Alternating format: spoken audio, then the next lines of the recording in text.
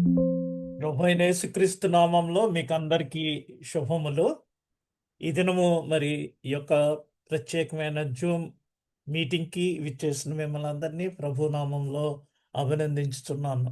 ఈ దినం మన వాక్య ధ్యానాంశం ఏంటంటే, పిలుపునకు తగినట్లుగా నడుచుకొందము. మనమందరము క్రైస్తవులందరికీ పిలుపు ఉంటుంది. మన ప్రభు మనకందరికీ పిలుపునిచ్చాడు. ఒక call. So we should walk according to the call. దేవుడు మనకందరికీ ఎవరెవరికి ఎటువంటి పిలుపునిస్తున్నారో ఆ పిలుపు ప్రకారం మనం నడుచుకుంటానికి ప్రయత్నం చేయాలనేసి పౌలు గారు ఎఫెసీ సంఘానికి వ్రాసిన లేఖలో మనల్ని ఉద్దేశించి ఈ దినము మనకు కూడా అది అన్వయించుకుంటే ఇది మనకి కూడా మరి ఆయన వ్రాయిచున్నాడు. పోయిన వారము మనము ఎఫెసీ పత్రిక నుంచే పౌలు గారు చెప్పిన కొన్ని విషయాలు మనం చూసాం. అదేంటంటే ప్రార్థన యొక్క శక్తి. అది ఎఫెసీ పత్రికలో మరి ఎక్కడుందంటే ఆయన ప్రార్థన మోకరించి ప్రార్థన చేసిన వారి గురించి మనం ఒక 8 మందిని ధ్యానం చేసి ఉన్నాము. ఎఫెసీ పత్రిక 3వ అధ్యాయం 14-21 వచనాల్లో మనం పోయిన వారం ప్రార్థన ఏ విధంగా చేయవలననేది పౌలు గారు చెప్పింది చూసాము. అక్కడ పౌలు గారు ఏం చెప్పారంటే,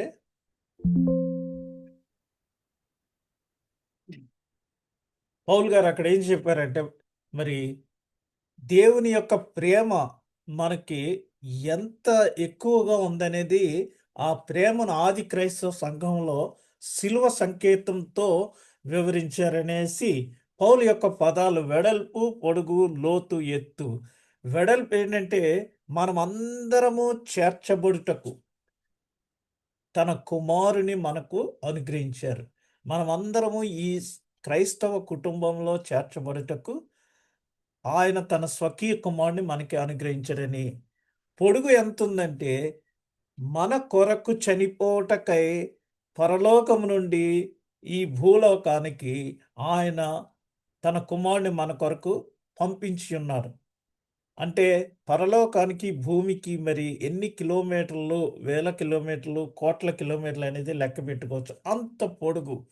అంటే దేవుని యొక్క ప్రేమను కొలవటానికి ఎంత లోతంటే ఆయన చనిపోయి సమాధి చేయబడి పాతాళ లోకంలోనికి దిగిననియు అని మన విశ్వాస ప్రమాణాలు చెప్తున్నాము. ఆ విధంగా క్రిందకి వెళ్ళారు. మరలా పునరుద్ధానుడై లేచి మనము కూడా ఆయనతో కలిసి నిత్యము జీవించటానికి మనల్నందరినీ పరలోకానికి ఎత్తుకొని వెళ్ళటానికి ఆయన మరి పరమునకు ఏతించాడు, అనగా ఆరోహణమై ఉన్నారు. ఈ విధంగా మనం పోయిన వారం ఈ విషయాలన్నీ ధ్యానం చేసి ఉన్నాం. మరి ఈ ప్రార్థనా శక్తితో మిషనరీలు అనగా పంపబడిన వారు లేదా దేవుని వాక్యం పరిచర్య చేయటానికి, సువార్త ప్రకటించటానికి పలు దేశాలు వెళ్ళిన మిషనరీలు వారి యొక్క అనుభవాల గురించి మనం ధ్యానం చేసి ఉన్నాము. ఈ నలుగురు గురించి మనం ధ్యానం చేస్తాము. నాగాలాండ్లో మిషనరీలు చేసిన పరిచర్య వలన మరి ప్రతి గృహము ఒక్కొక్క సేవకుని వారి ఖర్చులతోటే వారు ఎక్కడ యాచించక్కర్లేకుండా నాకు చందా ఇవ్వండి, దశంభాగం ఇవ్వండి అని ఎక్కడ ఎవరిని ఆశించక్కర్లేకుండా ఎవరైతే ఏ కుటుంబం నుంచి అయితే సేవకుడిని పంపించారో ఆ కుటుంబమే ఆ సేవకుని ఖర్చులన్నీ భరించేటట్టుగా వారు దేవునితో ఒప్పందం చేసుకున్నారు. ఇది నాగాలాండ్లో జరిగిన అద్భుత కార్యము. ఈ దినం మరి మన యొక్క వాక్య భాగం ఏంటంటే ఎఫెసీ పత్రిక 4వ అధ్యాయము 1-6 వచనాలు. ఇక్కడ కాబట్టి మీరు సమాధానమను బంధము చేత ఆత్మ కలిగించు ఐక్యమును కాపాడుటయందు శ్రద్ధ కలిగిన వారై ప్రేమతో ఒకరినొకడు సహించుచు. ఈ రోజుల్లో అది కొంచెం ఇటువంటి ప్రేమను కలిగి ఉండటం చాలా కష్టంగా ఉంటుంది. ఎందుకంటే సమాధానం లేకపోవటం వల్ల ఐకమత్యం ఉండలేదు. ఆత్మ కలిగించు ఐకమత్యంలో దాన్ని మనం కాపాడుకోలేకపోతున్నాం. కాబట్టి మీరు పిలువబడిన పిలుపునకు తగినట్లుగా, ఇది ఇవాళ మన యొక్క టైటిల్. మీరు పిలుపునకు తగినట్లుగా మరి ఉండాలి అనేసి. దీర్ఘశాంతముతో కూడిన సంపూర్ణ వినయముతోనూ, కంప్లీట్‌గా సరెండర్ అయిపోవాలి మనం. సంపూర్ణ వినయం, కంప్లీట్ ఒబీడియన్స్, సాత్వికముతోనూ నడుచుకొనవలెనని ప్రభువును బట్టి ఖైదీనైన నేను మిమ్మును బతిమాలుకొనుచున్నాను. ఐయామ్ రిక్వెస్టింగ్ యూ అనేసి పౌలు గారు మరి ఖైదీగా ఉండి మనల్ని బ్రతిమలాడుతున్నాడు. 3వ అధ్యాయంలో కూడా ఆయన ఖైదీగా ఉండి మరి ఆ ఖైదులోనే ఆయన మోకాళ్ళ మీద ఉండి ఎఫెసీ సంఘం కొరకు, ఎఫెసీల కొరకు ప్రార్థన చేశాడు. చేసి ప్రతి ప్రార్థన అనంతరము ఆశీర్వాదము ఉండాలి. ఏంటంటే ఇంతవరకు మనము చెప్పిన మాటలు, విన్నపాలన్నీ యాజకుడు లేదా కాపరి అది ఈ విధంగా ఇవన్నీ దయచేయము అని తండ్రికి విజ్ఞప్తి చేయటమే ఒక ఆశీర్వాదం అనేసి, ఆ ఆశీర్వాదాన్ని సంఘానికి తెలియజేయటానికి మన ప్రభు అయిన యేసుక్రీస్తు యొక్క కృపయు, తండ్రి అయిన దేవుని ప్రేమయు, మీకు పరిశుద్ధాత్మ యొక్క అన్యోన్య సహవాసము మీకు నిరంతరము ఉండునుగాక అని ఆ ఆశీర్వాదంతో ఆ ప్రార్థన ఖచ్చితంగా ఏ ప్రార్థన అయినా ముగియాలి అనేసి అన్ని సంఘాల్లో కూడా చివరిగా ప్రార్థనతో మరి చివరి ప్రార్థన ఆశీర్వాదంతో కూటములు లేదా ఆరాధనలు ముగిస్తూ ఉంటాయి. కాబట్టి ఇక్కడ మనం చూస్తే శరీరం ఒక్కటే, ఆత్మ ఒక్కటే. ఆ ప్రకారమే మీ పిలుపు విషయమై ఎక్కడ ఒక్కటే నిరీక్షణ యందుండుటకు పిలువబడితిరి. మనం ఎలా పిలువబడ్డామంటే మరి మనమందరము ఒక్క శరీరము, ఆత్మ ఒక్కటే. ఆ ప్రకారమే మీ పిలుపు విషయమై ఒకటే నిరీక్షణ యందుండుటకు. రకరకాల నిరీక్షణలు లేవు. ఒకవేళ మనం రీజనల్‌గా లేకపోతే డినామినేషన్స్ శాఖోపశాఖలుగా ఉన్న మన అందరి నిరీక్షణ ఒకటే. మనందరికీ ప్రభువు ఒక్కడే. అందరి విశ్వాసము ఒక్కటే. బాప్తిస్మము ఒకటే. మోడ్ ఆఫ్ బాప్టిజం ఏ విధంగా ఉన్నా ఆ బాప్టిజం అనేది ఒకటే. పెండ్లి మీరు రిజిస్టర్ మ్యారేజ్ చేసుకోండి, లేదా చర్చిలో చేసుకోండి, కోర్ట్‌లో చేసుకోండి. అది వివాహము. అది కానూన్ అనగా మరి అఫీషియల్‌గా చెల్లుబాటు అవ్వటానికి వారిరువురు భార్యాభర్తలని ప్రకటించటానికి ఏదో ఒక హ్మ్, పద్ధతిలో మరి వివాహం చేసుకుంటారు. అదే విధంగా బాప్తిస్మం అంటే బాహ్యంగా ప్రభువును నేను స్వరక్షకుడుగా అంగీకరించినాను అని తెలియచెప్పడమే బాప్తిస్మము. దానికి సాక్ష్యముగా, దానికి ఎక్స్టర్నల్ ప్రూఫ్‌గా బాప్తిస్మము అందరి ముందు తీసుకుంటున్నారు.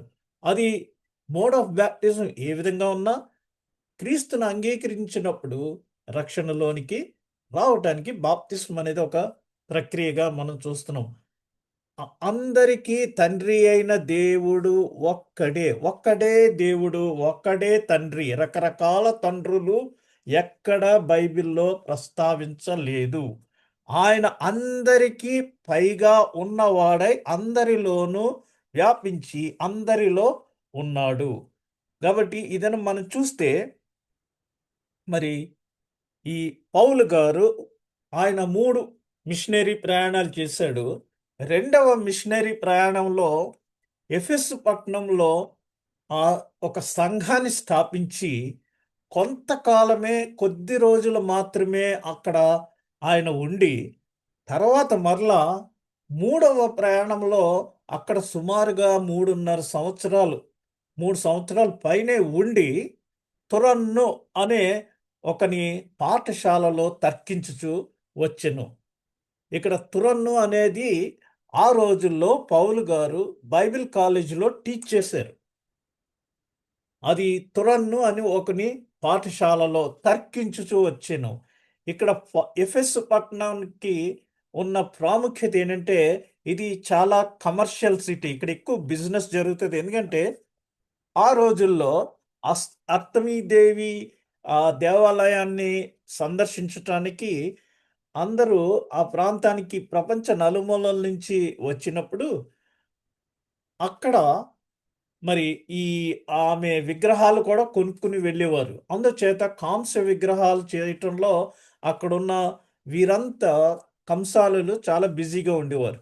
అయితే పౌలు గారు అక్కడికి వచ్చిన ప్రయాణికుల్ని, టూరిస్టులందరినీ కి యేసు ప్రభు గురించి బోధించినప్పుడు అక్కడ వారందరూ అర్తమీ దేవిని దర్శించటం మానేసి పౌలు గారి బోధలకు అట్రాక్ట్ అవ్వటం వల్ల ఆ కాంస్య విగ్రహాలు చేసే వారి యొక్క వృత్తి దెబ్బతింటం వల్ల పౌలు గారి మీద వారందరూ ఎగెనిస్ట్ అయి దెబ్బలాడారు. అప్పుడు పౌలు గారు అక్కడి నుంచి మాసిదోనియాకి వెళ్ళి అక్కడ మరలా సువార్త ప్రకటించారు. ఈ విధంగా మనం చూస్తే ఆయన ఈ ఎఫెసు పట్టణంలో ఎక్కువ కాలం గడిపారు. అంతేకాకుండా మరి అమ్మా ఇదిగో నీ కుమారుడు అని చెప్పిన యోహాను కూడా పత్మాసు ద్వీపంలో ఆయన అక్కడి నుంచి విడుదలైన తర్వాత ఎఫెసు పట్టణానికి వచ్చి అక్కడ బిషప్‌గా సుమారుగా 90 సంవత్సరముల పైనే సుదీర్ఘంగా ఆయన జీవించాడు. యేసు ప్రభు శిష్యులందరిలోకెల్లా ఎక్కువ కాలం జీవించింది ఈ యోహాను గారు. అక్కడ మరి ఆయన యేసు ప్రభు తల్లి అయిన మరియని తన ఇంట చేర్చుకొని ఆయన మరియమ్మను పోషించాడు. ఇక్కడ అపోస్తల కార్యాలు 19వ అధ్యాయము 9వ వచనంలో అయితే కొందరు కఠినపరచబడిన వారై ఒప్పుకొనక జనసమూహము ఎదుట ఈ మార్గమును దూషించుచున్నందున అతడు వారిని విడిచి శిష్యులను ప్రత్యేకపరచుకొని ప్రతి దినము తురన్ను అను ఒకని పాఠశాలలో తర్కించుచు వచ్చినది. అపోస్తల కార్యాల్లో మనకి వ్రాయబడి ఉంది. తురన్ను అనే ఈ పాఠశాల ఎక్కడ ఉందో అదేవిధంగా అత్తమీ దేవికి సంబంధించిన ఆలయం గురించి కూడా అక్కడే ప్రస్తావించబడింది. ఆ రోజుల్లో అది one of the world 7 wonders. ఇక్కడ మరి ఎక్కువగా ఎఫెసు పట్టణానికి వాక్యం బోధించబడ్డది. ఎందుకంటే పౌలు గారు అక్కడ 3 సంవత్సరాలు ఉండడం వల్ల మరియు పౌలు గారు ఒక్కరే కాకుండా అనేక మంది వాక్యాన్ని బోధించారు. ఎవరెవరంటే పౌలు, తిమోతి, అకుల్లా, ప్రిస్కిల్లా, యోహాను, మరియమ్మ. ఇందాక నేను చెప్పాను కదా! ఈ యోహాను ప్రకటన గ్రంథం రాసిన యోహాను, యేసుప్రభు తల్లి మరియమ్మ వీరందరూ మరి ఎఫెసులో ఎక్కువగా వాక్యాన్ని బోధించారు. ఈ అకుల్లా, ప్రిస్కిల్లా వీరు పౌలు గారితో మరి ఇక్కడికి రావటం జరిగింది. వీరు యూదులకు, అన్యులకు విస్తారముగా వాక్యాన్ని ప్రకటించారు. తదుపరి మరి పౌలు గారు రోమాలో చెరసాలలో ఉండి క్రీస్తు సంఘము రోమాలో ఆయన చెరసాల్లో వేయబడ్డాడు. అక్కడ ఖైదీగా ఉండి క్రీస్తు సంఘము ఏ విధంగా ఉండవలెనో అని ఒక లేఖ వ్రాసి తుకికు ద్వారా పంపెను. ఎక్కడికి పంపారంటే ఆయన కొన్ని లేఖలు వ్రాసారు ఈ చెరసాల్లో ఉండి. ఎవరెవరికంటే ఎఫెసీలకి ఒక లేఖ వ్రాసారు, ఫిలిప్పీలకి ఒక లేఖ వ్రాసారు, అదేవిధంగా కొలస్సైలకు ఒక లేఖ వ్రాసారు, ఫిలోమోన్. ఈ 4 లేఖలు ఆయన చెరసాల్లో ఉండి రాశారు. మిగిలిన లేఖలు ఉన్నాయి, కొరింథీ ఇవన్నీ ఉన్నాయి, అవి వేరు. ఈ 4 లేఖలు ప్రత్యేకించి ఆయన చెరసాల్లో ఉండి వ్రాసారు. ఇక్కడ మనం చూస్తే ఎఫెసీ పత్రిక 6వ అధ్యాయం 21వ వచనం మీరును నా క్షేమ సమాచారమంతయు తెలుసుకొనుటకు ప్రియ సహోదరుడును ప్రభునందు నమ్మకమైన పరిచారకుడునైన తుకికుకు నా సంగతులన్నీయు మీకు తెలియజేయుచున్నాను అని మరి ఆ తుకికు ఆయన తెలియజేస్తూ ఈ ఉత్తరాన్ని వ్రాశారు. ఈ విధంగా మనం చూసినట్లయితే పౌలు గారు ఆ విధంగా తుకికు ద్వారా వారికి ఈ ఉత్తరాన్ని పంపించారు. ఈ ఉత్తరం ఎప్పుడు రాశారంటే క్రీస్తు శకము సుమారుగా 61, 63 సంవత్సరముల మధ్య వ్రాయబడిందని మరి చరిత్ర తెలియజేయుచున్నది. ఇది ఈ ఎఫెసీ పత్రిక 2 భాగాలుగా మనం చూడవచ్చు. ఒకటేంటంటే మొదటి 3 అధ్యాయాలు క్రీస్తు సంఘం ఏ విధంగా అంటే ఏంటి అనేది మొదటి 3 అధ్యాయాలు. అసలు సంఘం అంటే ఏంటి అని. అందుకనే సంఘంలో 5 రకాలైన మినిస్ట్రీస్ గురించి కూడా అక్కడ మరి ఎఫెసీ పత్రికలో వ్రాయబడి ఉన్నది. మనం చూస్తే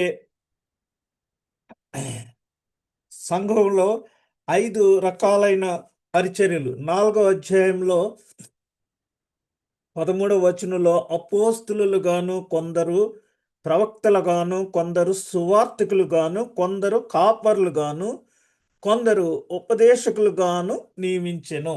ఈ 5 ఫోల్డ్ మినిస్ట్రీ అని అంటారు.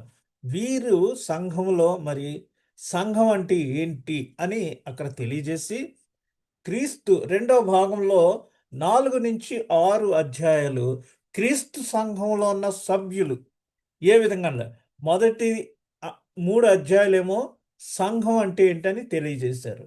4 నుంచి 6 అధ్యాయాలేమో సంఘంలో ఉన్న సభ్యులు ఏ విధంగా ఉండవలననేసి ఆయన మరి ఈ లేఖలో రాశారు. ఇది ఈ లేఖకు సంబంధించిన ఉపోద్ఘాతం. ఏంటంటే మనం సింపుల్గా ఈ లేఖలో కొన్ని వచనాలు చదివేసి అర్థం చేసుకోవడం కంటే ఆయన ఎందుకు ఈ లేఖ అంత భారంగా ఖైదీలుగా ఉండి వ్రాస్తారు అని తెలుసుకున్నప్పుడు మరి అది ఇంకా మనకి ఎఫెక్టివ్గా ఉంటుందని నా యొక్క అభిలాష. దేవుడు మన కొరకు అన్నీయును చేసెను, నా కొరకై అన్నీయు చేసెనని అని మనం పాట పాడుతున్నాం. ఇక్కడ మరి ఎఫెసీ పత్రికలో మొదటి అధ్యాయము 3వ వచనంలో చూస్తే అన్నీయు చేసెననేసి ఇక్కడ మనం చదవచ్చు. ఎఫెసీ పత్రిక మొదటి అధ్యాయము 3వ వచనంలో ఆయన ఏం చేశాడంటే మన కొరకు ఆయన మనలను ప్రేమించాడు. ప్రేమ ఎంతగా ప్రేమించాడు అనేది ఆది క్రైస్తవ సంఘంలో సిలువ ద్వారా మనకి వివరించబడింది.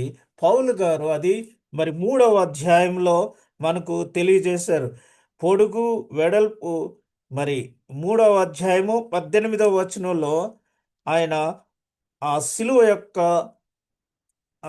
డైమెన్షన్స్, పొడుగు వెడల్పు, ఎత్తు, లోతు, ఎత్తు, ఇవన్నీ అంతగా దేవుడు మనలను ప్రేమించిననేసి ఆది క్రైస్తవ సంఘంలో సిలువను ఉద్దేశించి అక్కడ మరి వారు వివరించారు. ఆయన మన కొరకు చనిపోయిన, మనము విశ్వాస ప్రమాణం చెప్పేటప్పుడు పొంతు పిలాతు అధికారము క్రింద ఆయన శ్రమపడి సిలువ వేయబడి చనిపోయి, ఇది ఎవరి కోసం అంటే మనందరి కొరకు చనిపోయాడు. ఆయన మనలందరినీ క్షమించాడు. ఎందుకంటే ఆయన యొక్క ఉచితమైన కృప వలన మనమందరము క్షమించబడి ధర్మశాస్త్ర సంబంధమైన శిక్ష నుంచి మనమందరము తప్పించబడితిమి. ఆయన మనలను తన బిడ్డలుగా దత్తత చేసుకొనెను. ఆయన కుమారులుగా ఉండటానికి మనలను ఆయన అవకాశం ఇచ్చారు. ఎవరైతే ఆయన యందు విశ్వాసం ఉంచుతారో మనకు ఒక ఉద్దేశాన్ని ఇచ్చారు. ఇన్ని మన కొరకు చేసి మనకు ఒక ఉద్దేశాన్ని ఇచ్చారు. ఏంటంటే అది ఇంతవరకు ఒకే విషయంకై మనము పిలువబడితిమి. అయితే మనము దేవునికి ఎంత దూరంలో ఉన్నామో అనే విషయాన్ని మనము గుర్తించుకోవాలి. How far we are to Jesus, how far, దేవునికి మనకి ఎంత దూరంలో ఉన్నాం. మనము ఆధ్యాత్మికంగా మరి బలపరచబడినప్పుడు మహిమలో నుంచి అధిక మహిమలోకి ముసుగు లేని ముఖముతో దేవునికి దగ్గర అవ్వాలి. కాబట్టి ఎంత దూరంలో ఉన్నామో అనే విషయాన్ని ఈ దినం మనం ఒకసారి గుర్తించుకోవాలి. ఒక్కొక్కసారి మన జీవితంలో చెడ్డు పరిస్థితులు వస్తాయి, గాయాలు అవుతుంటాయి. అయితే మనం నిరుత్సాహపడకూడదు. ఎందుకంటే ప్రభువు మనతో ఉన్నాడని మనం విశ్వసించినప్పుడు మనము నిరుత్సాహపడిన అవసరం లేదు. ఎందుకంటే లాస్ట్ వీక్ మిషనరీల గురించి నేను తెలియజేశాను మీకు. వీడియో కూడా చూశారు. ఎటువంటి పరిస్థితుల్లోనైనా దేవుడు మన ఎడల జోక్యం చేసుకొని మన పరిస్థితుల్ని మార్చగలిగే సమర్థుడు మన దేవుడు. ఇక్కడ ఎఫెసీ పత్రిక 4వ అధ్యాయము మొదటి 6 వచనాలు ఈ దినం మనం ధ్యానం చేయడానికి నిర్దేశించబడిన అంశాలు. ప్రభువును బట్టి ఖైదీనైన నేను అంటే పౌలు మిమ్మును బతిమాలు కొనుచున్నాను. ఆయన మనల్ని బ్రతిమలాడుతున్నాడు, రిక్వెస్టింగ్, గోజాడుతున్నాడు. ఏంటంటే మీరు పిలవబడిన పిలుపునకు తగినట్లుగా నడుచుకొనవలెనని. మీరు పిలువబడిన పిలుపునకు ప్రతి ఒక్కరికి పిలుపు ఉంటుంది. అయితే పిలుపు లేకుండా ఎవరు కూడా ఏ పరిచర్య చేయకూడదు.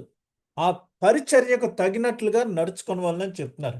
ఈ రోజుల్లో చాలామంది పిలుపు లేకుండా వారు దేవుడు నాతో మాట్లాడాడు, నన్ను సంఘం పెట్టమన్నాడు అని చెప్పి సంఘాలు పెడుతున్నారు. అది కరెక్ట్ కాదు. పిలువబడిన పిలుపునకు తగినట్లుగా. అసలు పిలుపు లేకుండానే ఉంటే ఇంకా మరి ఆ పిలుపుకు తగినట్టుగా ఇంక నడుచుకుంటూ ఎక్కడుంటది చెప్పండి? సో, ఈ రోజున పిలుపు లేకుండా అనేక మంది సేవ చేస్తున్నారు. అయితే దేవుడికి మన పట్ల ఉన్న ప్రణాళిక ఏమై ఉన్నదో, ఆ పిలుపును గుర్తెరిగిన వారమై మనము దానికి తగినట్లుగా నడుచుకొనవలెను. అందుకే ఎఫెసీ పత్రిక 6వ అధ్యాయం 19వ వచనంలో, మరియు నేను దేని నిమిత్తము రాయబారినై సంకెళ్లలో ఉన్నానో. రాయబారి అంటే దేవుడు అన్యజనులకు సువార్త ప్రకటించుటకై నేను ఏర్పరచుకొనిన సాధనము అనేసి పౌలు గారి విషయంలో దేవుడు సెలవిచ్చి ఉన్నారు. కాబట్టి రాయబారి అంటే అంబాసిడర్. ఇరుపక్షాలకి మధ్యన మరి ఆహ్, ఇరుపక్షాలకి మధ్యన ఆ సందేశాన్ని ఇచ్చేవాడు రాయబారి. సో, క్రీస్తుకి అన్యజనులకి మధ్య రాయబారిగా సంకెళ్ళలో ఉన్నానో, ఆ సువార్త మర్మమును ధైర్యముగా తెలియజేయుటకు నేను మాటలాడ నోరు తెరచున్నప్పుడు, మరి ఆ విధంగా ఆయన ఆ సువార్త విషయమై నోరు తెరవటానికి తెరిచినప్పుడు ఎఫెసీ పత్రిక 4వ అధ్యాయము మొదటి 3 వచనాల్లో ఏ విధంగా మనం నడుచుకోవాలి అనే విషయాలు, ఒక 6 విషయాలు ఈ దినము మనము ధ్యానించనున్నాం. ఎఫెసీ పత్రిక 4వ అధ్యాయం మొదటి 3 వచనాలు మరి మనము ఏ విధంగా నడుచుకోవాలి అని ఇక్కడ క్లియర్‌గా మనకి తెలియజేయబడింది. ఆ 4, 6 వచనాలు మనం 6 అంశాలు చూద్దాం. నెంబర్ 1, మీరు పిలుపునకు తగినట్లుగా నడుచుకొనుడి. మనందరికీ పిలుపు ఉంది. ఆ పిలుపుకు తగినట్టుగా నడుచుకోవాలి. ఫస్ట్ ఆఫ్ ఆల్ ఆ పిలుపు ఏంటనేది మనము తెలుసుకోవాలి దేవుని సన్నిధిలో. అందుకని ఎప్పుడైనా సంఘంలో పరిచర్యకు పిలిచినప్పుడు పిలువబడిన వారికి అది ముందుగా తెలియజేసి, నీవు కూడా ప్రార్థన చేసి నీ పిలుపును గుర్తెరిగి, అప్పుడు నీ యొక్క ఆమోదాన్ని తెలుపు అనేసి మరి సంఘంలో ఉన్న స్పిరిచ్యువల్ లీడర్స్ గాని, లేతే దైవజనులు గాని మనకి చెప్తా ఉంటారు. ఇక్కడ ఎఫెసీ పత్రిక 4వ అధ్యాయము 2, 3 వచనాల్లో లేతే 2వ వచనంలో, మీరు పిలువబడిన పిలుపునకు తగినట్లుగా దీర్ఘశాంతముతో కూడిన సంపూర్ణ వినయముతో, కంప్లీట్ ఒబీడియన్స్. అంతేగాని ర్యాష్‌గా ఒకరి మీద తిరగబడే మనస్తత్వంతోటి రావటం కాదు. పరిచర్యలోకొచ్చినప్పుడు చాలా నమ్రతగా, వినయంతోటి అక్కడున్న మరి ప్రోటోకాల్ ప్రకారంగా మనము బిహేవ్ చేయాలి గానీ, మరి వినయం లేకుండా ఉండకూడదు. సాత్వికంతోనూ నడుచుకొనవలెనని ప్రభువును బట్టి ఖైదీనైన నేను మిమ్మును బతిమాలుకొనుచున్నాను.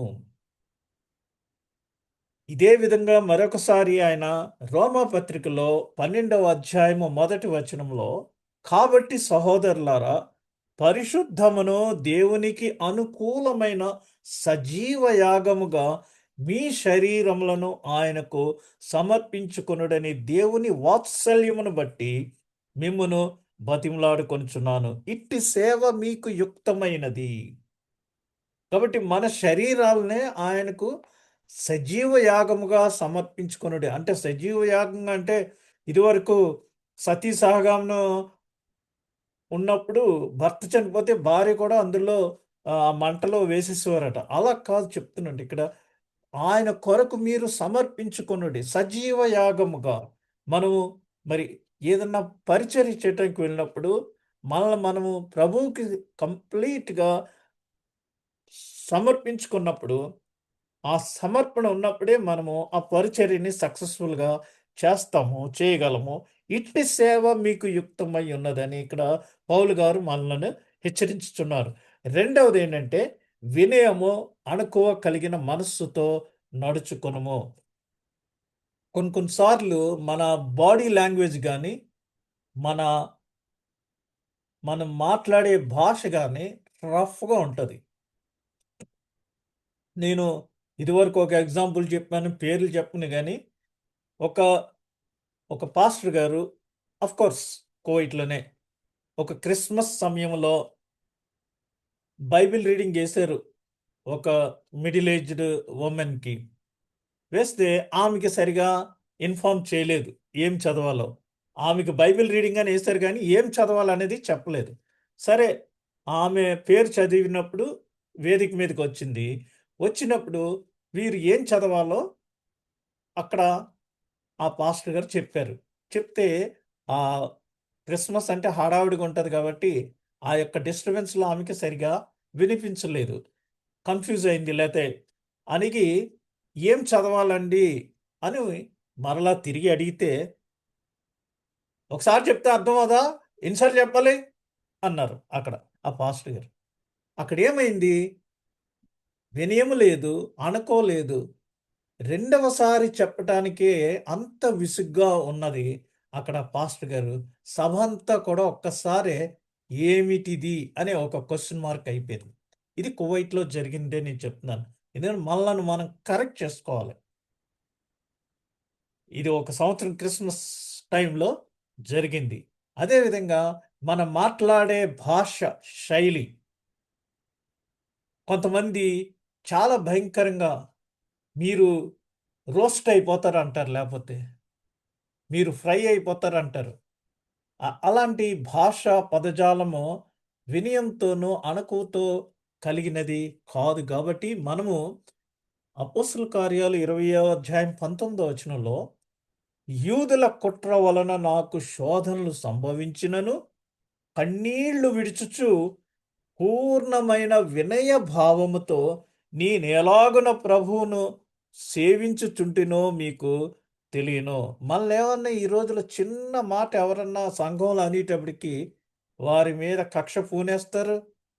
నెక్స్ట్ వీక్ వారికి ప్రసంగం దొరికినప్పుడు, ఆ ప్రసంగంలో వారినే ఫోకస్ చేసి మరి అటాక్ చేస్తుంటారు. ఈ విధమైన అటాక్స్ మంచిది కాదు. మనము వినయ భావముతో నేనెలాగు ప్రభువును సేవించుచుంటునో మీరు మీకే తెలియననేసి ఆయనకున్న వినయాన్ని, అణకువని మనకు తెలియజేస్తున్నారు. ఒకవేళ వాళ్ళు మన ఎడల ఏమైనా రఫ్‌గా బిహేవ్ చేసినా, మనము వినయము కలిగి వారిని మరి వారి సంగతులను మనం పరిరక్షించాలి. అంతేగాని మనము తిరుగుబాటుగా వారి మీదకి వెళ్ళకూడదు. ఒక పెండ్లి జరుగుతున్నప్పుడు మగ పెళ్లి వారి తరపున భజంత్రీలు వాయించేవాళ్ళు వచ్చారట. ఆడపెళ్లి వారి తరపున భజంత్రీలు వాయించేవాళ్ళు వచ్చారట.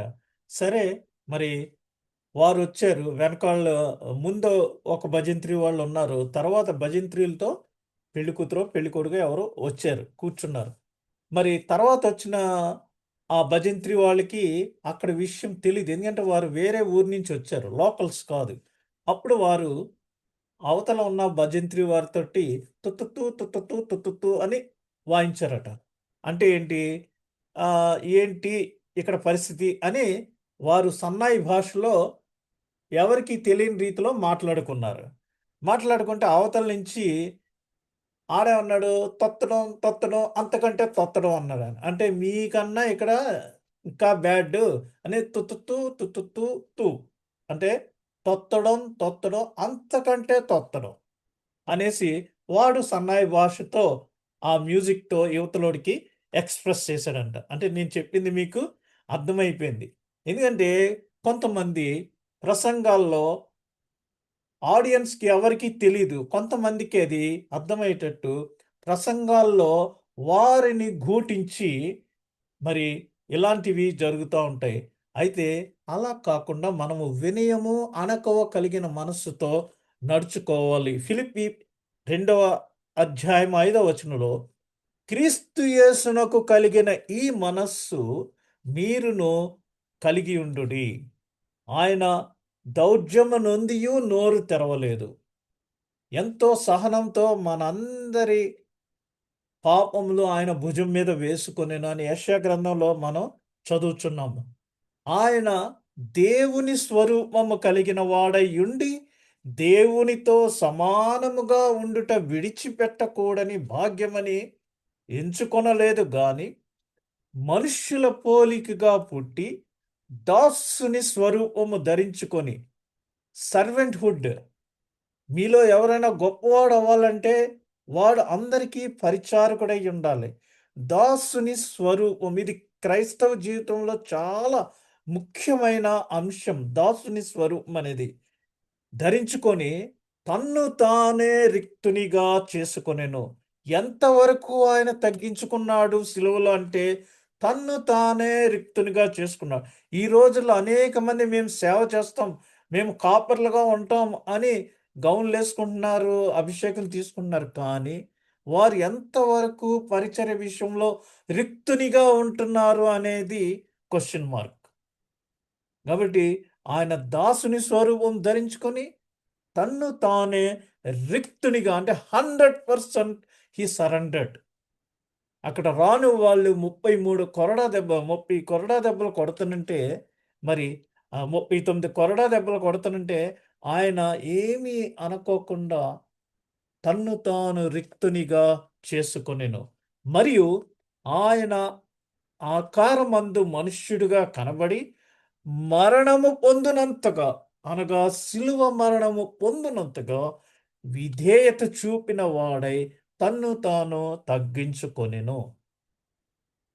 ఇటువంటి తగ్గింపు, ఇటువంటి విధేయత క్రీస్తును చూచి మనము ఆయన పోలికలో మరి పిలువబడిన పిలుపుకు తగినట్లుగా నడుచుకోవాలనేసి మరి పౌలు గారు మనల్ని ఈ సాయంత్రం సమయంలో మనల్ని హెచ్చరించుచున్నారు. ఎఫెసీయులకు వ్రాసిన ఆ యొక్క పత్రిక ద్వారా, లేఖ ద్వారా మనకు కూడా ఈ దినమున్న సంఘాలకు కూడా ఆయన తెలియజేస్తున్నారు. ఇది మనకి అన్వయించుకోవాలి. సాత్వికముతో నడుచుకొనవలెను. మీరు పిలువబడిన పిలుపుకు తగినట్లుగా దీర్ఘశాంతముతో, వినయముతో, సంపూర్ణ సాత్వికముతో నడుచుకోవాలి. సాత్వికులు ధన్యులు, వారు భూలోకమును స్వతంత్రించుకొందురు. 4వది ఆయనలో దీర్ఘకాలము నడుము. A long way. కొంతకాలము నేను కాపరిగా ఉంటాను తర్వాత అని కాదు. ఒకసారి నాగలి మీద చెయ్యి వేసినోడు no turning back. I have to follow Jesus. No turning back, no turning back. So we have to continue for a long time. It's a long journey. మధ్యలో రిటర్న్ అయిపోకూడదు. కొన్ని కొన్ని ఉద్యోగాలకెళ్ళినప్పుడు మరి వారు బాండ్ రాయమంటారు. 2 సంవత్సరాలు లేతే 5 సంవత్సరాలని. మధ్యలో వెళ్ళిపోతామంటే జీతము కొంత కట్టి వెళ్ళాలంటారు. కానీ ప్రభు పరిచర్యలోకొచ్చినప్పుడు అది దీర్ఘకాలం. అందులో సస్పెన్షన్ ఉండదు. ఒకసారి పరిచర్యలోకొచ్చినప్పుడు నిరంతర పరిచర్య. మానవులు ఏదో సస్పెండ్ చేస్తారేమో కానీ దేవుని పరిచర్యకు వచ్చిన వాడిని దేవుడెప్పుడు పరిచర్యలో సస్పెన్షన్ అనేదే ఉండదు.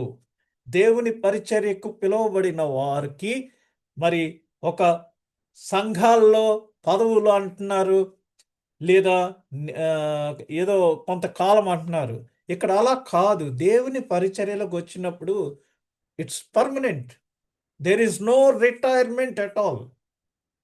పదవీ కాలం 2 సంవత్సరాలు లేతే 3 సంవత్సరాలు ఆహ్, ఆ నె పదవీ కాలం అయిపోయిన తర్వాత వారు అందులోంచి తప్పుకోవాలి. ఇలాంటియన్నీ సంఘాల్లో మానవులు ఏర్పరుచుకున్నయి. అయితే దేవుని పిలుపుకు మనము చూసుకున్నట్లయితే దీర్ఘకాలం ఆయనతో నడవాలి. ఎలా అంటే యెషయా గ్రంథం 61 అధ్యాయము మొదటి వచనంలో ప్రభువగు యెహోవా ఆత్మ నా మీదికి వచ్చియున్నది. ఇది లూకా సువార్తలో కూడా మనం చూడవచ్చు. దీనులకు సువర్తమానము ప్రకటించుటకును యెహోవా నన్ను అభిషేకించెను. నలిగిన హృదయము గల వారిని దృఢపరచుటకును, చెరలోనున్న వారికి విడుదలను, బంధింపబడిన వారికి విముక్తిని ప్రకటించుటకును, యెహోవా హితవత్సరమును అంటే హితవత్సరం అంటే 50 సంవత్సరాలకి ఒకసారి వచ్చేదాన్ని హితవత్సరము అంటాం. జూబ్లీ ఇయర్ అని అంటారు. ఆ 49వ సంవత్సరం నుంచి 50వ సంవత్సరం వరకు పంటలు ఏమీ పండించక్కర్లేదు. భూమికి రెస్టు. ఎవరి దగ్గరన్నా ఏమన్నా లీజుకి తీసుకుంటే అవన్నీ మాఫీ అయిపోతాయి. రుణాలు మాఫీ. అప్పులు తీసుకుంటే అవన్నీ క్యాన్సిల్. ఇవన్నీ కూడా హితవత్సరంలో ఇయన్నీ రిలాక్సేషన్స్. కాబట్టి యెహోవా హితవత్సరమును మన దేవుని ప్రతిదండన దినమును ప్రకటించుటకును, దుఃఖాక్రాంతులందరినీ ఓదార్చుటకును, మరి సియోనులో సమ్ ప్రాబ్లమ్. సియోనులో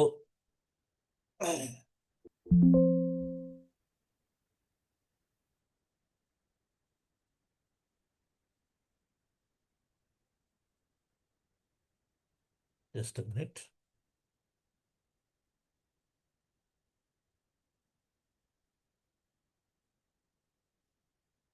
సియోనులో దుఃఖించు వారికి ఉల్లాస వస్త్రములు ధరింపచేయుటకును, బూడిదకు ప్రతిగా పూదండను, దుఃఖమునకు ప్రతిగా ఆనంద తైలమును, భారభరితమైన ఆత్మకు ప్రతిగా స్తుతి వస్త్రమును వారికిచ్చుటకును ఆయన నన్ను పంపియున్నాడు. హితవత్సరము ప్రకటించుటకు ప్రభు నన్ను అభిషేకించెను అని ఇక్కడ మరి వాక్యము. యేసు ప్రభు ఈ లోకంలోనికి రాకముందు సుమారుగా 750 సంవత్సరముల క్రితమే యెషయా ప్రవక్త ద్వారా దేవుడు మనకు తెలియజేస్తున్నాడు. హితవత్సరము అంటే యాక్చువల్‌గా 50వ సంవత్సరము. అయితే 40 హితవత్సరాల తర్వాత ఈ యొక్క సృష్టిలో ఒక్కొక్క మరి ఆహ్, మార్పు జరుగుతుంది. ప్రతి 2000 సంవత్సరాలకి 40 × 50. 40 అనేది బైబిల్‌లో చాలా ముఖ్యమైన నంబర్. 40 ఆహ్, మండల కాలం అని అంటున్నాం మనం. అలాంటి 40 హితవత్సరాలు అంటే 2000 సంవత్సరములు. మనం హిస్టరీ మనం బైబిల్‌లో అన్నీ చూస్తే ప్రతి 2000 సంవత్సరములకు ఒక్కొక్క మార్పు జరిగింది. అది యేసు ప్రభు వచ్చాడు. వచ్చి హితవత్సరమును ప్రకటించుటకు, మరి దీనులకు సువర్తమానం ప్రకటించుటకు. ఇప్పుడు ఆయన వచ్చి సుమారుగా 2000 సంవత్సరాలయింది. తోమా మన దేశానికి 52వ సంవత్సరంలో మరి సువార్త ప్రకటించడానికి వచ్చాడు. యేసు ప్రభు సిలువ వేయబడింది 30వ సంవత్సరంలో. కాబట్టి 2030వ సంవత్సరానికి మనం వెళ్తున్నాం కాబట్టి ఆయన సిలువ వేయబడి మరణం చెంది ఆరోహణమయ్యే దానికి ఇంకా మరి 5 సంవత్సరములు అంటే 2000 ఫినిష్ చేయటానికి 5 సంవత్సరాలు ఉన్నాయి కాబట్టి తోమా మన భారతదేశానికి వచ్చిన దానిని ఆయన జూలై 3వ తారీఖున హతసాక్షిగా మరణించిన దానికి పురస్కరించుకొని మరి క్రైస్తవ దినోత్సవం అనేసి భారతీయ క్రైస్తవ దినోత్సవం అని పేరు పెట్టి అది మరి ప్రతి సంవత్సరము సెలబ్రేట్ చేస్తున్నారు. ఎందుకంటే 2030వ సంవత్సరానికి ప్రభువు సిలువలో మనందరి కొరకు త్యాగం చేసింది 2000 సంవత్సరాలు అవుతున్నాయి. అనగా 40 హితవత్సరాలు ముగించబోతున్నాము. ఆ తర్వాత ఏమైనా మార్పు సంభవించును.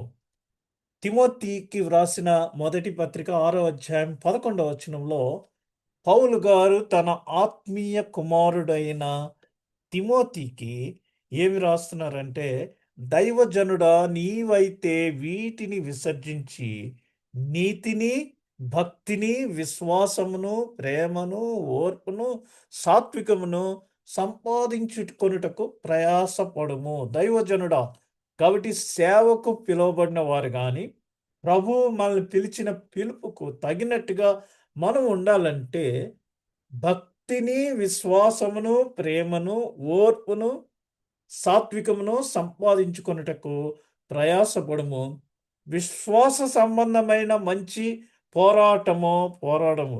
మీరేది చేసినను ప్రభువును మహిమపరచటానికి చేయండి కానీ లోకంలోనున్న మనుషుల్ని మహిమపరచడానికి చేయనవసరం లేదు అని వాక్యము క్లియర్గా చెప్తున్నది. మనుష్యులను ప్లీజ్ చేయటానికి చాలామంది ట్రై చేస్తూ ఉంటారు. అది టెంపరరీ. మనం చేయవలసింది ఏంటంటే విశ్వాస సంబంధమైన మంచి పోరాడము. అందుకోసము నీవు నిత్య జీవం చేపట్టుము.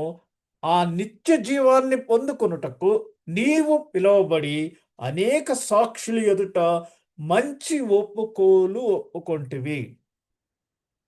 మరి సంఘంలో పరిచర్యలకు పిలువబడినప్పుడు వారిని స్టేజ్ దగ్గరికి పిలిచి వారి చేత కొన్ని వాక్యాలు చెప్పిస్తారు, ప్రమాణాలు చేపిస్తారు. అందులో అనేక సాక్షుల ఎదుట, సంఘం ఎదుట నేను ఈ విధంగా పరిచర్య చేయుదును అని నీవు ఒప్పుకున్న ఆ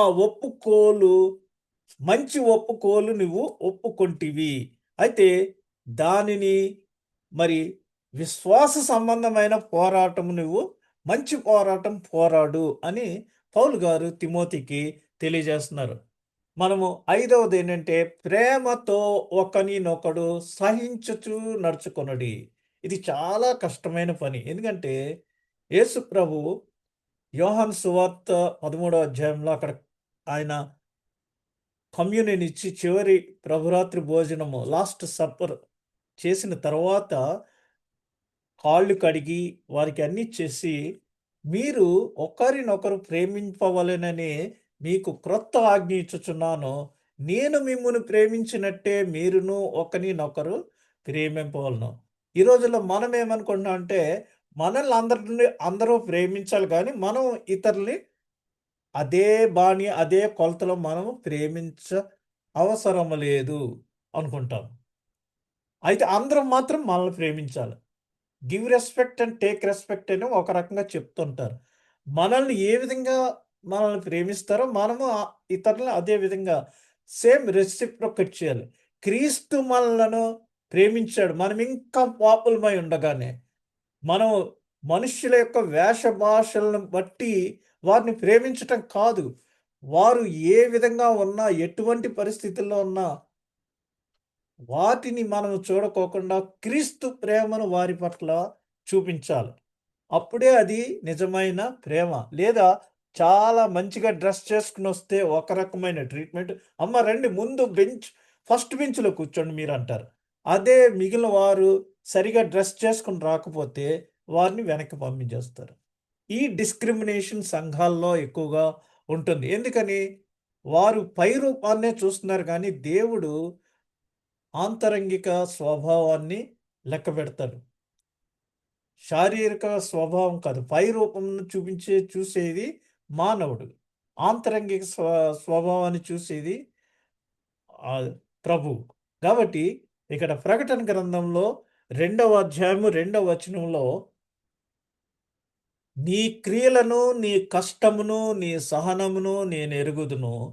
నీవు దుష్టులను సహింపలేవనియు అపోస్తులు కాకయే తాము అపోస్తులమని చెప్పుకొను వారిని పరీక్షించి వారు అబద్ధికులని నీవు కనుగొంటివనియు నీవు సహనము కలిగి నా నామము నిమిత్తము భారము భరించి అలయలేదనియు నేను ఎరుగుదును. భారం భరించినప్పుడు అలిసిపోతారు ఎవరైనా సరే. కానీ అలయలేదని నేను ఎరుగుదును. అయినను మొదట నీకుండిన ప్రేమను నీవు వదిలితివని నేను నీ మీద తప్పు ఒకటి మోపవలసి ఉన్నది. నీవు ఏ స్థితిలో నుండి పడిపోతివో అది జ్ఞాపకము చేసుకొని మారు మనస్సు పొంది ఆ మొదటి క్రియలను చేయుము. అట్లు చేసి నీవు మారు మనస్సు పొందితేనే సరి. లేని ఎడల నేను నీ యొద్దకు వచ్చి నీ దీపస్తంభమును దాని చోట నుండి తీసివేతును. ప్రకటన గ్రంథంలో 7 సంఘాలకి దూత మరి 7 కామెంట్స్ రాసింది. అందులో ఎఫెసు సంఘానికి దూత చెప్పింది ఏంటంటే, ఆదిలో మొదట నీకుండిన ప్రేమను నీవు వదిలితివి. పౌలు గారు తిరిగిన ఈ 7 సంఘాలు ఈ దినము టర్కీ దేశంలో ఉన్నాయి. దీన్నే క్రిస్టియన్ టూరిజం అంటారు. మీరెవరన్నా టర్కీ, ఇస్తాన్బుల్ వెళ్తే అక్కడ ముస్లిం టూరిజం ఉంది, క్రిస్టియన్ టూరిజం ఉంది. ముస్లిమ్స్‌కి కూడా అది చాలా మరి ముఖ్యమైన ప్రదేశం. ఎందుకంటే వాళ్ళ ఇస్లాం పుట్టిన ప్రాంతం అది. అదేవిధంగా మనకి పౌలు గారు ఏర్పరిచిన 7 సంఘాలు కూడా, ఎఫెసు సంఘం, ఇవన్నీ కూడా అక్కడ ఉన్నాయి. ఆ సంఘానికి దూత చెప్పేదేంటంటే, నీకు మొదట ఉండిన ప్రేమ లేదు. ఈ రోజుల్లో ఎవ్వరు చెప్పినా సరే, సంఘం ప్రారంభించినప్పుడు చాలా బాగుండేదండి, ఆత్మీయంగా ఉండేది. మేమందరం కలిసిమెలిసి చక్కగా పనిచేసుకునేవాళ్ళం. ఇలా చేసేవాళ్ళం, అలా చేస్తాం. అయితే ఇప్పుడు లేదు అన్నారు. మరి వాట్ ఈస్ యువర్ రెస్పాన్సిబిలిటీ? అందులో నీ పాత్ర కూడా ఉంది. నువ్వు చూపిస్తున్నావా మొదట ఆ ప్రేమ? ఆరాధనకొస్తారు. నిన్ను ప్రభువలే నేను ప్రేమిస్తున్నాను అంటారు. ఒకరి దగ్గరికొస్తారు, షేక్ హ్యాండ్ బలంగా ఇస్తారు. ఇంకొకరి దగ్గరికి వచ్చేటప్పటికి అలా అనేసి టచ్. కొంతమంది దగ్గరైతే మొఖం తిప్పేసి వెళ్ళిపోతుంటారు. ఎందుకు నీవు అందరి ఎడల సేమ్ ప్రేమను చూపించలేకపోతున్నావు? What is the secret? Or what is నిన్ను ఎందుకు అది ఇబ్బంది పెడుతుంది? వారితో సరియైన ప్రేమను లేకుండా ఉండటానికి. అది మనము కరెక్ట్ చేసుకోవాలనేసి ఈ దినము పౌలు గారు మరి ఎఫెసీ సంఘానికి వ్రాస్తున్న ఈ లేఖ ద్వారా మనకు తెలియజేయుచున్నారు. కొరింథీయులకు వ్రాసిన మొదటి పత్రిక 12వ అధ్యాయం 12వ వచనంలో, ఎలాగూ శరీరము ఏకమై ఉన్నను అనేక అవయవములు కలిగి ఉన్నదో, ఎలాగు శరీరము యొక్క అవయవములన్నీయు అనేకములై ఉన్నను ఒక్క శరీరమై ఉన్నవో అలాగే క్రీస్తు ఉన్నాడు. ఇక్కడ మన ప్రేమతో ఒకరినొకడు సహించుడి. కాబట్టి ఎలాగనగా యూదులమైనను, గ్రీసు దేశస్థులమైనను, దాసులమైనను, స్వతంత్రులమైనను మనమందరము ఒక్క శరీరములోనికి ఒక్క ఆత్మయందే బాప్తిసం పొందితిమి. మనమందరము ఒక్క ఆత్మను పానము చేసిన వారమైతిమి. కాబట్టి మనం ఏ విధమైన డిఫరెన్సెస్ ఏమీ లేకుండా గ్రీసు దేశస్థులని, యూదులని, దాసులని, స్వతంత్రులని ఆ డిఫరెన్సెస్ ఏమీ లేకుండా ఒకే రకమైన ప్రేమను కలిగి ఉండాలి. అంతేగాని ఇందులో డిస్క్రిమినేషన్స్ ఏమీ ఉండకూడదు. అమెరికన్ పాస్‌పోర్ట్ హోల్డర్ అని ఎక్కువ ప్రేమ కలిగి, లేదా అజ్నబీ వేరే ఇండియన్ పాస్‌పోర్ట్ హోల్డర్ అని ఒక రకమైన ప్రేమ, కువైటీ అని ఒకటి, మరి ఇంకొకలని ఒకటి, యూదుడంటే చాలా హై అని ఒకటి, గ్రీసు దేశస్థులంటే అన్యులు, దాసులు, స్వతంత్రులు, కువైటీసు, అజ్నబీసు వేరుగా ఉన్నాయి. అలాంటి డిఫరెన్స్ ఏమీ లేకుండా మనమందరము ఒక్క శరీరములోనికి ఒక్క ఆత్మ ఎందే బాప్తిసం పొందితిమని మనము గ్రహించవలెను. ఆత్మ కలిగించు ఐక్యమును మనము కాపాడుకొనుట యందు శ్రద్ధ కలిగి నడుచుకొనవలెను. మనలో పరిశుద్ధాత్మ మనకందరికీ ఆది క్రైస్తవ సంఘంలో వారు మరి ఏక మనస్కులై అని వ్రాయబడింది. ఏక మనస్కులై అంటే వారందరూ ఒకే రకమైన ఫ్రీక్వెన్సీకి ట్యూన్ అయ్యారు. ఆత్మ కలిగించు ఆ యొక్క ఐకమత్యంలోనికి కాపాడుకొనుట యందు శ్రద్ధ కలిగి నడుచుకొనవలెను. సహోదరులారా, మీరందరూ ఏక భావముతో మాటలాడవలెననియు, మీలో కక్షలు లేక ఏక మనస్సుతో ఏక తాత్పర్యముతోనూ మీరు సన్నద్ధులై ఉండవలనని మన ప్రభువైన యేసు క్రీస్తు పేరట మిమ్మును వేడుకొనుచున్నాను అనేసి పౌలు గారు మన గురించి రిక్వెస్ట్ చేస్తున్నారు. ఏంటి? మీరు పరిచర్య చేస్తున్నారు బానేది. కానీ మీలో పరిచర్య చేసేటప్పుడు మీరు పిలువబడిన పిలుపుకి తగినట్టుగా ఉండట్లేదు. కక్షలు పెట్టుకొని పరిచర్య చేస్తున్నారు. మీలో ఏక మనస్సు ఉండట్లేదు. రకరకాల యాంగిల్స్‌లో మీరు మరి ఏకతాత్పర్యం లేకుండా మీరు పనిచేస్తున్నారు అని మీరు సన్నద్ధులై ఉండవలనని ప్రభువైన యేసుక్రీస్తు పేరట మిమ్మల్ని వేడుకొనుచున్నాను అని చెప్తున్నాడు. He is requesting all of us tonight. మీరు చేసేటప్పుడు పని ఏకభావంతో, కక్షలు లేకుండా ఏక మనస్సుతోను, ఏక తాత్పర్యంతోనూ ఉండాలనేసి పౌలు గారు మనల్ని హెచ్చరించుచున్నారు. చివరగా మరి ఈ 6 అంశాలు నేను చెప్పాను. మనమందరము ఆయన పిలుపుకు తగినట్లుగా నడుచుకోవాలంటే ఏమేం చేయాలో అవన్నీ చెప్పాను. నంబర్ 1, మీరు పిలుపుకు తగినట్లుగా నడుచుకొనుడి. అలా చేయాలంటే మన శరీరాల్ని ఆయన కొరకు సజీవ యాగంగా సమర్పించుకోవాలి. రెండవది మరి వినయము, అణకువ కలిగిన మనస్సుతో నడుచుకోవాలి. మూడవది సాత్వికంతో నడుచుకోవాలి. పేషెన్స్ ఉండాలి. పేషెన్స్ లేకుండా కాదు. ఆయనలో long way. It's a long వే. మన మరణ పర్యంతము ఆయన యొక్క శరీర మరణ పునరుద్ధానములను ప్రచురించబద్దులమై ఉన్నాము. అది మనం పిలువబడిన పిలుపు. కాబట్టి ఆయనలో దీర్ఘకాలము నడువుము. ప్రేమతో ఒకనినొకడు సహించుకొనుము. అంతేకాకుండా చివరిలో ఆత్మలో మనమందరము ఆత్మ కలిగించు ఐకమత్యంలో ఆ ఐక్యాన్ని, యూనిటీ, ఇంటిగ్రిటీ కాపాడుకొనుటయందు శ్రద్ధ కలిగి నడుచుకొనవలెననేసి పౌలు గారు మనల్ని ఈ ఎఫెసీ పత్రిక లేఖ ద్వారా జైలు నుండి తుకుకు ద్వారా ఈ లేఖను పంపుచు మనల్ని హెచ్చరించుచున్నారు. ఇందులో 4-6 వచనాలు ఏం చెప్తున్నారంటే, మనమందరము క్రీస్తు శరీరమై, క్రీస్తులో ఒక శరీరమై ఉన్నాము. క్రీస్తులో మనమందరము ఒక్క శరీరమై ఉన్నాము అని. ఆ శరీరం ఏంటంటే సంఘము. సంఘము అనగా క్రీస్తు శరీరము. సంఘమునకు శిరస్సు క్రీస్తు. కాబట్టి ఈ యొక్క ఈ కంపారిజన్‌ని మనం చక్కగా అర్థం చేసుకోవాలి. సంఘానికి శిరస్సు క్రీస్తు. He is the head. మనము కాదు హెడ్‌లం. మనము శరీరంలోని భాగములం. ఎలాగు శరీరము ఏకమై ఉన్ననో అనేకమైన అవయవములు కలిగి ఉన్నదో, ఎలాగు అవయవము యొక్క అవయవములన్నీయు అనేకములై ఉన్నను ఒక్క శరీరమై ఉన్నవో, అలాగే క్రీస్తు ఉన్నాడు. మన బాడీలో అనేకమైన పార్ట్స్ ఉన్నాయి. అన్నీ పనిచేస్తున్నాయి. అన్నీ పనిచేస్తుంటేనే మనం సజీవంగా ఉన్నాం. అంతేగాని నేను గొప్ప, నేను గొప్ప అనేసి శరీరంలో అవయవాలు కొట్టుకుంటే అది కుంటుపడిపోతుంది. మన స్ మన శరీరానికి శిరస్సు ఎలాగో సంఘమునకు శిరస్సు క్రీస్తు. ఒకసారి మరి ఈ శరీరంలో ఉన్న అవయవాలు అంటే మీకు అర్థం అవ్వటానికి చెప్తున్నాను. ఏకమై అన్ని అవయవాలు పనిచేయాలి. ఏ ఒక్క అవయవం పనిచేయకపోయినా సరే అది కుంటుపడతాం మనం.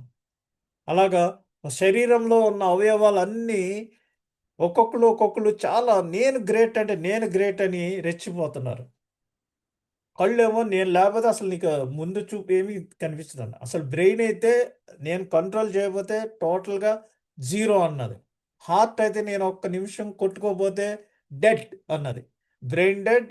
మరి ఈ విధంగా ష హార్టు కార్డియాక్ అరెస్ట్ అన్నట్టుగా అలాగా నువ్వు చచ్చిపోతావు అది ఇది అని అందరూ కొట్టుకుంటుంటే అవయవాలన్నీ అప్పుడు అసలైన పెద్దాయనకి కోపమొచ్చి కట్ చేసేసాడు. మొత్తం బంద్ చేసేసారు. ఎవరతనంటే మీకందరికీ అర్థమై ఉంటది. 3 రోజులయ్యేటప్పటికి శరీరంలో గ్యాస్ పెరిగిపోయి, అప్పుడు "అయ్యా! నీకు నమస్కారం. దయచేసి మీరు సహకరించి ఓపెన్ చేసేయండి" అని అవయవాలన్నీ అంటే మీకు ఊరికనే అర్థం అవ్వటానికి నేను జోవియల్‌గా చెప్తున్నాను. అప్పుడు శరీరంలో ఉన్న అవయవాలన్నీ ఏక మనస్సు కలిగి దయచేసి మా అందరికీ విడుదల చేయి అని మరి శరీరంలో ఉన్న దాన్ని ఇంగ్లీష్ భాషలో అయితే కోలన్ అంటారు. అక్కడికి వెళ్ళి వారిని రిక్వెస్ట్ చేసినప్పుడు అప్పుడు బంధించిన ఆ కోలన్ను విడుదల చేసినప్పుడు హమ్మయ్య! అనుకున్నాయి. ఆ విధంగా కాకుండా మరి సంఘంలో మనం అందరము ఒక్క శరీరమై ఉన్నాం గాబట్టి అలాంటి విభేదాలు పొందుకోకుండా ఎవరి పరిమాణం చొప్పున, ఎవరి తలాంతు చొప్పున దేవుడు ఎవరికి ఎటువంటి పరిచర్య అనుగ్రహించాడో ఆ పరిచర్యను సక్రమంగా చేయటానికి మనము క్రీస్తును పోలి నడుచుకొనవలెను. ఎలాగనగా యూదులమైన, గ్రీసు దేశస్థులమైన, దాసులమైన, స్వతంత్రులమైన మనమందరం ఒక్క శరీరంలోనికి ఒక్క ఆత్మ యందే బాప్తిసం పొందితిమి. మనమందరము ఒక్క ఆత్మను పానము చేసిన వారమైతిమి. కొలస్సీ పత్రిక 3 అధ్యాయం 15 వచనంలో క్రీస్తు అనుగ్రహించు సమాధానము మన హృదయములలో ఏలుచుండనీయుడి. ఇందుకొరకే మీరు ఒక్క శరీరముగా పిలువబడితిరి మరియు కృతజ్ఞులై అందు నిమిత్తమై మనము దేవునికి కృతజ్ఞులమై ఉండవలెను అనేసి తెలియజేయబడుతున్నది. ఒకే ఆత్మ పరిశుద్ధాత్మ. ఒక్కొక్కసారి కొంతమంది రకరకాల భాషలు మాట్లాడుతుంటారు. లేదా ఏదేదో పిచ్చి పిచ్చిగా మాట్లాడుతుంటారు. అప్పుడు మన పెద్దలేమంటారు, "ఒరేయ్! ఈళ్ళు ఏ ఆత్మ ఉంది అసలైన ఆత్మ లేకపోతే దురాత్మ" అంటారు. దురాత్మ కూడా మాట్లాడుతుంటది కొన్ని వాస్తవాలు.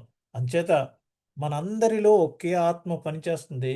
అది ఏంటంటే పరిశుద్ధాత్మ. కొరింథీయులకు రాసిన మొదటి పత్రికలో 12వ అధ్యాయంలో ఉన్న మొదటి 4-11 వచనాలు మీరు తర్వాత చదువుకుంటే, అక్కడ కృపావరములు నానా విధములుగా ఉన్నవి కానీ, ఆత్మ ఒక్కడే కంట్రోల్ చేసేదంతా ఆత్మ. ఆత్మ వరాలయన్నీని. కృపావరాలు. ఎఫెసీ పత్రిక 2వ అధ్యాయం 18వ వచనంలో, ఆ ఆత్మ ద్వారానే మనము ఉభయులము ఒక్క ఆత్మ యందు తండ్రి సన్నిధికి చేరగలిగి ఉన్నాము. తండ్రితో మాట్లాడటానికి మనకి ఆత్మ మనలో ఉండి మనలను ప్రేరేపిస్తది. మనం ఏ విధంగా ప్రార్థన చేయాలో మనకి తెలియకపోయినా, మన యొక్క అవసరతల నిమిత్తమై చెప్పశక్యము కాని మూలుగులతో మరి దేవుని మనల్ని అర్థం చేసుకుంటాడు. అటువంటి సంజ్ఞలతో, శబ్దాలతో మనము దేవుని సన్నిధిలో ప్రార్థన చేసేటట్టు చేసేది పరిశుద్ధాత్మ. పరిశుద్ధాత్మ నిత్యము మనలో నివసించి ఉన్నప్పుడు మనకి ఏ విధమైన ప్రాబ్లమ్ ఉండదు. మనందరము ఒకే నిరీక్షణ కలిగి ఉన్నాం. ఒక్కటే నిరీక్షణ యందుండుటకు పిలువబడితిమి. మనం డినామినేషన్స్ వేరైనా నిరీక్షణ ఒకటే. చికెన్ ఫ్రై చేసినా, పులుసు పెట్టినా, బిర్యానీ చేసినా, ఏది చేసినా ఫైనల్‌గా అది తయారయ్యేది బ్లడ్‌లుగా మరి కన్వర్ట్ అవుతుంది కాబట్టి, నిరీక్షణ అందరి నిరీక్షణ ఫైనల్‌గా ఎసెన్స్ ఈ మనమందరము అనేక సంఘాలు, అనేక శాఖలున్న మనమందరము సార్వత్రిక సంఘములో సభ్యులం. కాబట్టి మనందరికీ ఒకే ఒక నిరీక్షణ ఉన్నది. అదేంటంటే ఇక్కడ నేను అవన్నీ టైప్ చేయటానికి చివర్లో సమయము సరిపోలేదు. అయితే పేతురుకు రాసిన మొదటి పత్రిక, మొదటి అధ్యాయము 3, 4 వచనాల్లో ఇక్కడేమన్నదంటే మృతులలో నుండి యేసుక్రీస్తు తిరిగి లేచుట వలన జీవముతో కూడిన నిరీక్షణ మనకు కలుగునట్లు అనగా అక్షయమైనదియు నిర్మలమైనదియు వాడబారదినియు స్వాస్థ్యము కలుగునట్లు మనకు కలుగునట్లు ఆయన తన విశేష కనికరం చొప్పున మనలను మరలా జన్మింపచేసును అనేసి ఇక్కడ మరి పేతురు గారు మనకు తెలియజేస్తున్నారు మన యొక్క నిరీక్షణ గురించి.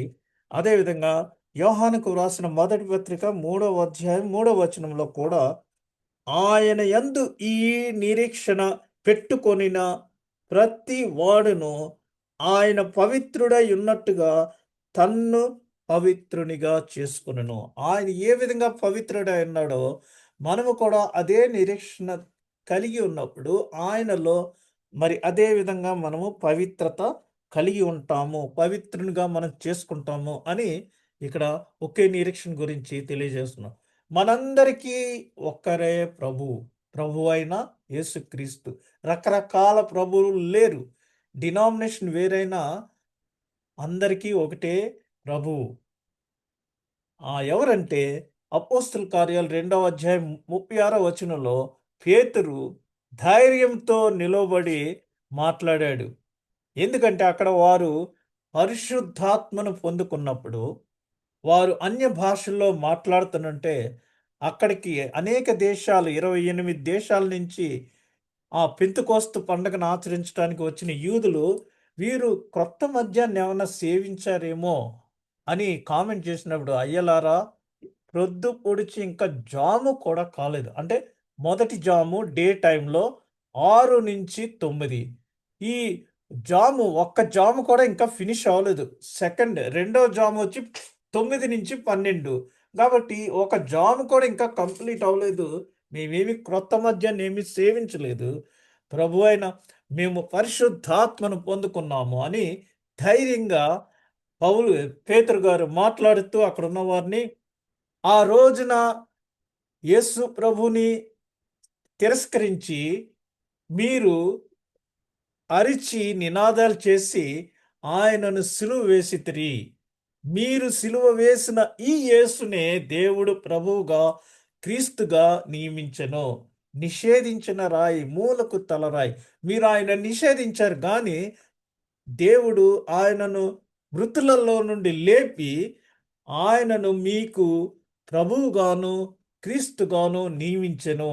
ఇందుకు మేము సాక్షులము అని చెప్పినప్పుడు వారందరూ అయ్యలారా ఇప్పుడు మేమేం చేయాలి, మా వల్ల తప్పు జరిగిపోయింది అనేసి వారందరూ మీరు మారు మనసు పశ్చాత్తాపపడి మీ పాపాలను ఒప్పుకుని మారు మనసు పొందండి, అప్పుడు బాప్తిస్మం పొందండి, పరిశుద్ధాత్మ వరాన్ని మీరు పొందుకుంటారంటే 3,000 మంది ఆ రోజున బాప్తిస్మంలోనికి వచ్చి ఉన్నారు. అపోస్తుల కార్యాలు 10వ అధ్యాయము 36వ వచనం. యేసుక్రీస్తు అందరికీ ప్రభువు. కొంతమంది కుష్ఠరోగులు ఈ కొటేషన్ ఎక్కువ ఈ వచనాన్ని రాసుకుంటారు. మీకే కాదు మాకు కూడా యేసు ప్రభువు అని. అందరికీ ప్రభువు, ఒక్కరికే కాదు. అందుకని సిలువ వెడల్పు ఎంత ఉందంటే అందరినీ ఆయన్ని చేర్చుకునే అంత విశాలత కలిగింది. యేసు అందరికీ ప్రభువు.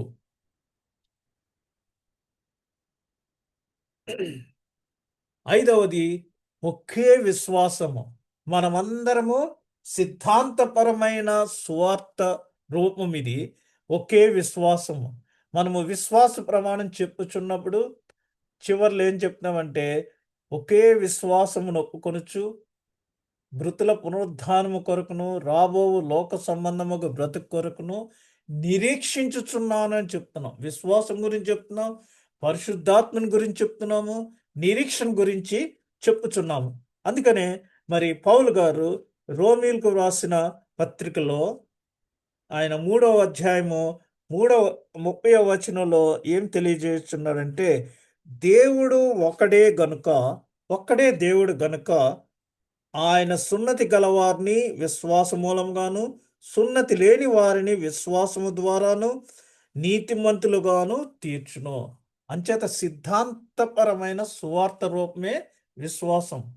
కనిపించని అంశాలని గ్రుడ్డిగా నమ్మటమే విశ్వాసం, నమ్మకం.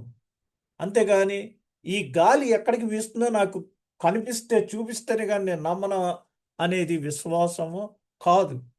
మీరు సున్నతి పొందిన వారైనా సున్నతి పొందని వారైనా సరే విశ్వాసము ద్వారా నీతిమంతులుగా తీర్చబడుదురు. ఈ నెల 31వ తేదీ మనకి సంఘ సంస్కరణ దినము, అనగా మార్టిన్ లూథర్ మరి రిఫర్మేషన్ డే అని చెప్తున్నాం మనం. అక్కడ మరి మార్టిన్ లూథర్ గల్తీ పత్రిక ఆ రోజుల్లో ఒక యూనివర్సిటీలో బోధిస్తూ ఆయన ఈ విశ్వాసము ద్వారాను నీతిమంతులుగా తీర్చును అనే ఈ అంశం మీద ఎక్కువగా తలంచి నీతిమంతుడు విశ్వాస మూలంగానే, సాల్వేషన్ బై ఫెయిత్, మన విశ్వాసం ద్వారానే మనము రక్షణ పొందగలమనేసి గొప్ప సిద్ధాంతాన్ని ప్రపంచానికి తెలియజేసి చేయటం ద్వారా మనమందరము ప్రొటెస్టెంట్లుగా మరి క్యాథలిక్ల నుంచి వేరయ్యాము. కాబట్టి ఈ యొక్క విశ్వాసము ఒక్కటే విశ్వాసం మనందరిది. అదే ఒకటే బాప్తిస్మము. అదేనంటే క్రీస్తు శరీరములోనికి మనము బాప్తిస్మము తీసుకుంటున్నాం. ఇక్కడ రోమా పత్రిక 6వ అధ్యాయము 3-7 వచనాల్లో ఏమని ఉందంటే, క్రీస్తు క్రీస్తు యేసులోనికి బాప్తిస్మము పొందిన మనమందరము ఆయన మరణములోనికి బాప్తిస్మము పొందితిమని మీరు ఎరుగరా. ఆయన మరణములోనికి అంటే యేసు ప్రభు మరణము చెంది పాతాళ లోకంలోనికి వెళ్ళి అక్కడ 3వ దినమున ఆయన పునరుద్ధానుడై ఏ విధంగా లేచాడో ఆ విధంగా మనము ఆయన మరణములో బాప్తిస్మం వలన 4వ వచనం చూడండి.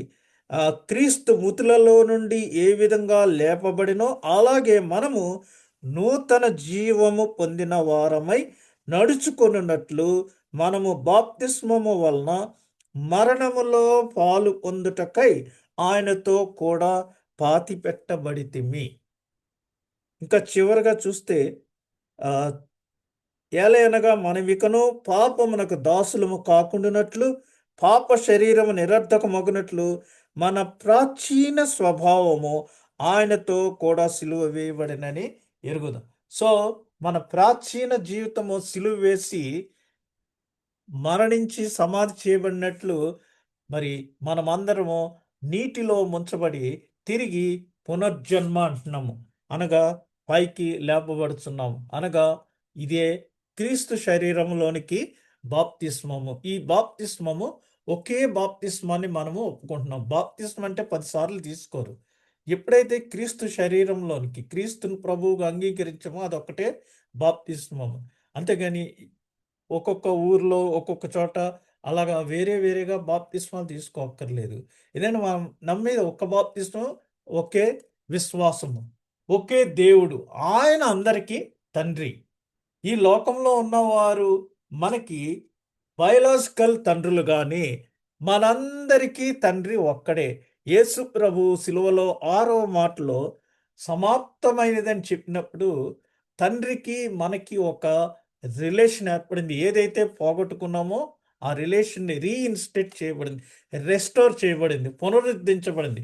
అప్పటి నుంచి మనము పరలోకమందున్న మా తండ్రి అని ఆయనను మనము సంబోధించుతున్నాం. కాబట్టి ఈ ఎఫెసీ పత్రిక 4వ అధ్యాయం మొదటి 6 వచనాల్లో పౌలు గారు మనలను మరి ఒకే ఒకే ఒకే unique, there is no substitute for this unique అనే ఈ అంశాలన్నీ మనకు తెలియజేసి ఉన్నాడు. ఈ అంశాలన్నీ ఒక పాట, చక్కటి పాట ద్వారా మనకి పొందుపరచబడింది. అదేంటంటే సంఘాన్ని గురించి, సంఘం అంటే ఏంటి, ఈ సంఘపు పునాది, దీనికి క్రీస్తే సాదీశుడు. దీనిని ఏ విధంగా దక్కించాడంటే తన వాక్కాపులు రెట్టించే. ఈ సంఘంలో ఒకే దేవుడిందు, ఒక్కటే విశ్వాసము, ఇందులో ఒకే జన్మము అనగా బాప్తిస్మము. పునర్జన్మ అంటున్నాను కదా, ఒకే జన్మము. అది మనమందరము ఒకే ఒక కుటుంబము. అది సార్వత్రిక సంఘంలో మనమందరము ఒక్క కుటుంబము, ఒక్క ప్రసాద విందు. అదేంటంటే ఒకే మన ప్రభురాత్రి భోజన సంస్కారము, ఒక్క యేసునామంలోనే మనము నిరీక్షణ, అది నిరంతర ప్రాప్తికే. అసత్య మార్గమంచు అనేకుల్ నవ్వినను విభాగమై శ్రమంబుల్ విశేషమొందినను పైనుంచి వచ్చి యేసు పెండ్లాడ నీమెనే కోరుచు రక్తమిచ్చి కొనెని కన్యనే. అనగా రెండవ రాకడలో యేసు ప్రభు మనందరి కొరకు మరి ఒక పెండ్లాడుటకు ఆయన తిరిగి రానన్నాడు. సంఘము ఒక కన్యక వలె మరి సిద్ధపడి ఆ ఎత్తబడుటకు, పెండ్లి కుమారుడు వచ్చి పెండ్లి కుమార్తెను తీసుకుని వెళ్ళినట్టు మరి సద్భక్తులు వేడుచుంద్రు అభయ కాంతికై ఈ నిందలెల్ల పోయే ఆనంద నాటికై. ఈ కోవిడ్ దేశంలో ముస్లిమ్స్ మరి పెండ్లి కుమార్తె రెడీగా ఉంటుంది.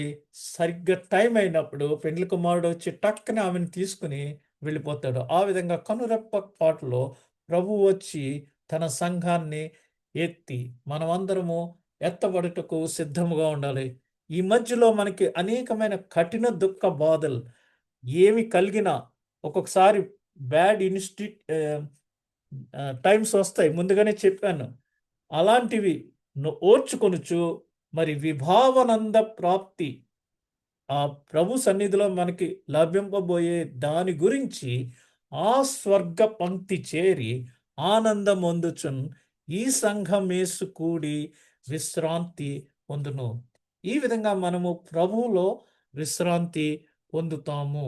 అందుకనే మరి ఇక్కడ మనమందరము క్రీస్తులో ఒక శరీరము. ఎలా అంటే సంఘములో మనమందరము ఏ విధంగా సభ్యులమో క్రీస్తులో మనమందరము ఒక్క శరీరము, ఒకే ఆత్మ, పరిశుద్ధాత్మ, ఒక్కటే నిరీక్షణ, ఒకే ప్రభువు, ఆయన ప్రభు అయిన యేసుక్రీస్తు. మనందరి విశ్వాసము ఒకటే. అది సిద్ధాంతపరమైన సువార్త రూపం. ఒకే బాప్తిస్మం, క్రీస్తు శరీరంలోనికి బాప్తిస్మం, ఒకే దేవుడు. There are no so many gods. హిందువులకైతే చాలా దేవుళ్ళు ఉన్నారు. మనకి ఒకే ఒక దేవుడు. మొన్న ఒక కాషాయ వస్త్రాలు వేసుకున్నవాడు అంటే మీకు అర్థమై ఉంటుంది. మనకి ఎంతమంది దేవుళ్ళు ఉన్నారు? ఒక దేవుడిని పూజించిన వాళ్ళు ఇక్కడికి కూడా వస్తారు కదా! అన్ని దేవుళ్ళు పూజిస్తాం కదా! ఆళ్ళేంటి క్యాథలిక్‌లు వేరు, ఈళ్ళు వేరు. ఆ గుడికి రాము, ఈ గుడికి రాము అంటున్నారు. అజ్ఞాని ఏదో వాగుతున్నాడు. అందరికీ ఒక దేవుడు. వాడు క్యాథలిక్ అయినా, ప్రొటెస్టెంట్ అయినా, పెంతెకోస్తు అయినా, బాప్టిస్ట్ అయినా మనకందరికీ ఒక్కడే తండ్రి. మన ఆరాధన విధానాలు వేరుగా ఉన్నాయి. అయితే మనమందరము మన నిరీక్షణ, మన విశ్వాసము ఒకటే. ఈ విషయం వారికి తెలీదు. వారు అర్థం చేసుకోలేరు కాబట్టి వారు అట్లా మాట్లాడుతూ ఉంటారు. అటువంటి సమయాల్లో మనము మన విశ్వాసాన్ని చక్కగా మనం వివరించటానికి మనమందరము మరి మంచి జ్ఞానాన్ని కలిగి ఉండాలి. ఈ విధంగా మనమందరము క్రీస్తులో ఒక శరీరమై ఉన్నాము. మన పిలుపుకు తగినట్లుగా మనము నడుచుకుంటానికి మనము సిద్ధపాటు కలిగి ఉండాలని మిమ్మల్ని అందరినీ హెచ్చరించుచు ఈ కొద్ది మాటలు దేవుడు దీవించునుగాక. ఆమేన్.